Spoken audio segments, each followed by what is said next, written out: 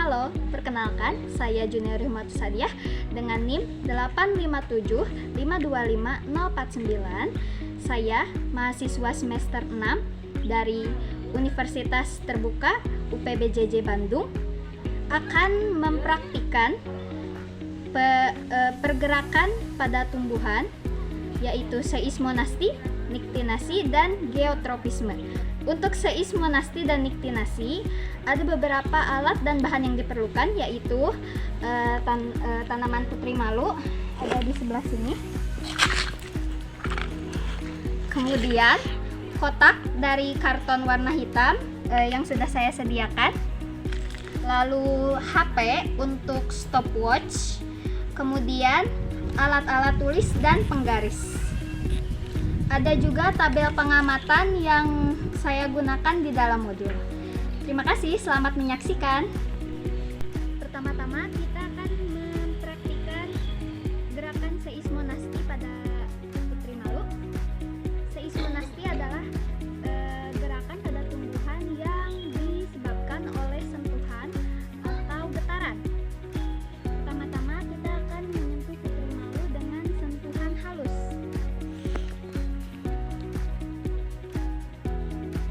Dapat dilihat, sentuhan halus membuat putri malu mengatupkan daunnya secara perlahan dan cenderung dari ujung daunnya saja.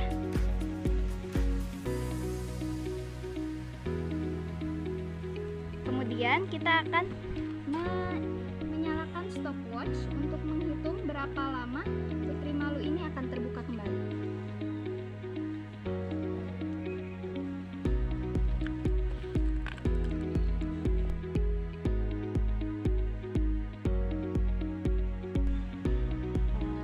Sekarang putri malunya sudah terbuka kembali dalam menit 3:34 detik. Selanjutnya mari kita lakukan sentuhan sedang pada putri malu. Bisa terlihat daun putri malu mengatup lebih cepat. Kemudian kita akan memulai stopwatch-nya untuk menghitung berapa lama putri malunya akan terbuka kembali.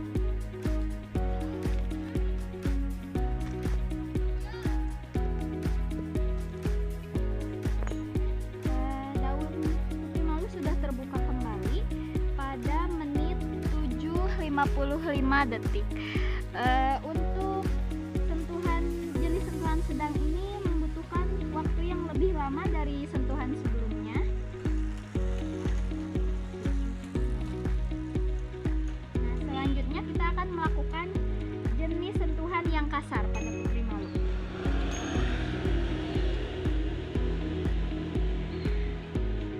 Pada jenis sentuhan yang kasar, putri malu tertutup atau mengatup lebih cepat dan cenderung bersama batangnya ya. Bisa dilihat. Kemudian kita akan menyalakan stopwatch untuk melihat berapa lama waktu yang dibutuhkan putri malu untuk terbuka kembali.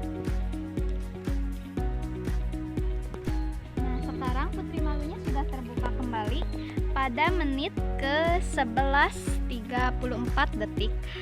Nah, jadi teman-teman, putri malu ini bereaksi akan lebih cepat sesuai dengan intensitas sentuhan yang kita berikan.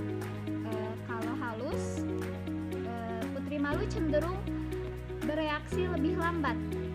Kemudian jika sentuhan dilakukan lebih kasar, putri malu bereaksi lebih cepat dan membukanya juga semakin lama. Selanjutnya kita akan melaksanakan praktikum gerakan niktinasi pada putri malu. Niktinasi adalah gerakan yang terjadi pada tumbuhan diakibatkan oleh rangsangan cahaya. Di sini kita sudah menandai putri malu A dan putri malu B yang akan dilakukan praktikum niktinasi ini. Nantinya putri malu B akan akan kita tutupi oleh karton warna hitam yang sudah saya siapkan. Kemudian saya akan menyiapkan stopwatch selama 30 menit. Lalu kita akan lihat hasilnya. Pertama-tama kita tutup terlebih dahulu putri malu B oleh karton hitam. Hati-hati jangan sampai menyentuh tanaman putri malunya. Lalu kemudian kita akan menyalakan stopwatch dan menunggu sampai 30 menit. Waktu sudah menunjukkan lebih dari 30 menit. Sekarang kita buka kotak hitam ini, lalu kita akan membandingkan antara putri malu A dan putri malu B yang sudah ditutupi oleh kotak warna hitam. Mari kita buka, hati-hati jangan sampai menyentuh daunnya. Dapat dilihat, daun pada putri malu B menutup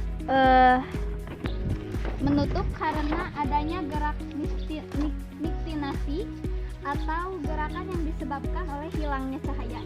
Sedangkan putri malu A terlihat segar dan daunnya terbuka, tidak ada yang menutup karena mereka mendapatkan pasokan cahaya matahari yang cukup dari atas.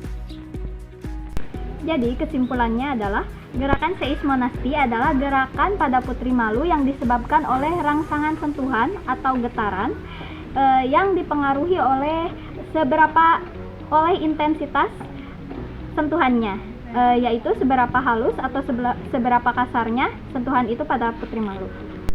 Apabila sentuhan halus dilakukan pada putri malu, maka daun putri malu bereaksi pada sentuhan itu dengan lebih lambat, kemudian terbukanya lebih cepat.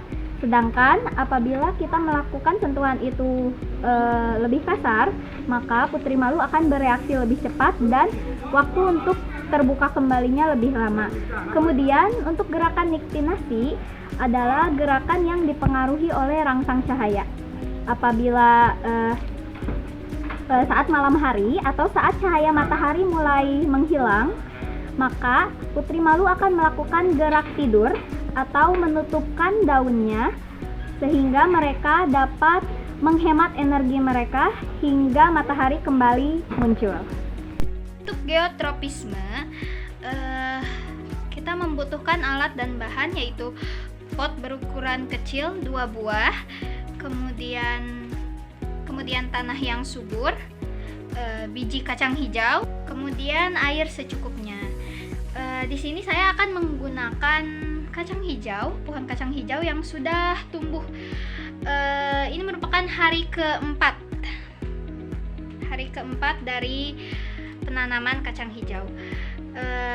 Bisa dilihat 2 pot ini terlihat berbeda ukuran, mungkin karena ada kesalahan dari cara saya menanamnya. Pertama-tama saya akan memberi label pada kedua pot ini terlebih dahulu. Saya akan memberi label A dan B pada kedua potnya. Nama label A. Saya menggunakan tanaman kacang hijau yang lebih pendek untuk label A.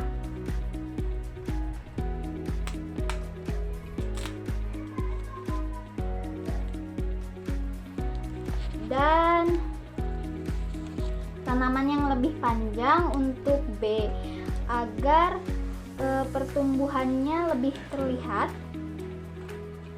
Kemudian setelah diberi label A dan B, saya akan meletakkan pot A dengan posisi tegak seperti ini, dan pot B diletakkan secara horizontal. Berikut ini penempatan pot A dan pot B.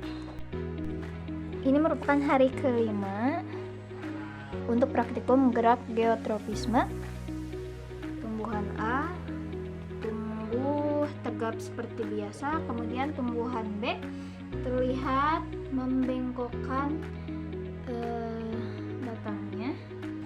Ini merupakan perbandingan antara tumbuhan di pot A dan tumbuhan di pot B yang diletakkan secara horizontal atau secara mendatar. Terlihat tumbuhan di pot A tumbuh tegap, sedangkan tumbuhan di pot B terlihat melengkungkan batangnya karena diletakkan secara mendatar seperti ini, sehingga tumbuhan bergerak melengkung menjauhi pusat bumi. Hal ini membuktikan bahwa tumbuhan melakukan gerak geotropisme negatif, sehingga mereka bergerak menjauhi sumber rangsang. Dalam hal ini yaitu gravitasi. Mereka bergerak menjauhi gravitasi atau pusat bumi. Kesimpulannya adalah tumbuhan melakukan gerak geotropisme negatif. Pada kasus ini yaitu tumbuhan kacang hijau. Mereka melakukan gerakan geotropisme negatif. Gerak geotropisme merupakan gerak pada tumbuhan yang disebabkan oleh rangsang gravitasi atau pusat bumi. Dalam kasus ini, pot B yang diletakkan secara mendatar atau secara horizontal, mereka membengkokkan batangnya sehingga mereka tumbuh atau bergerak menjauh dari sumber rangsang, yaitu sumber gravitasi atau pusat bumi.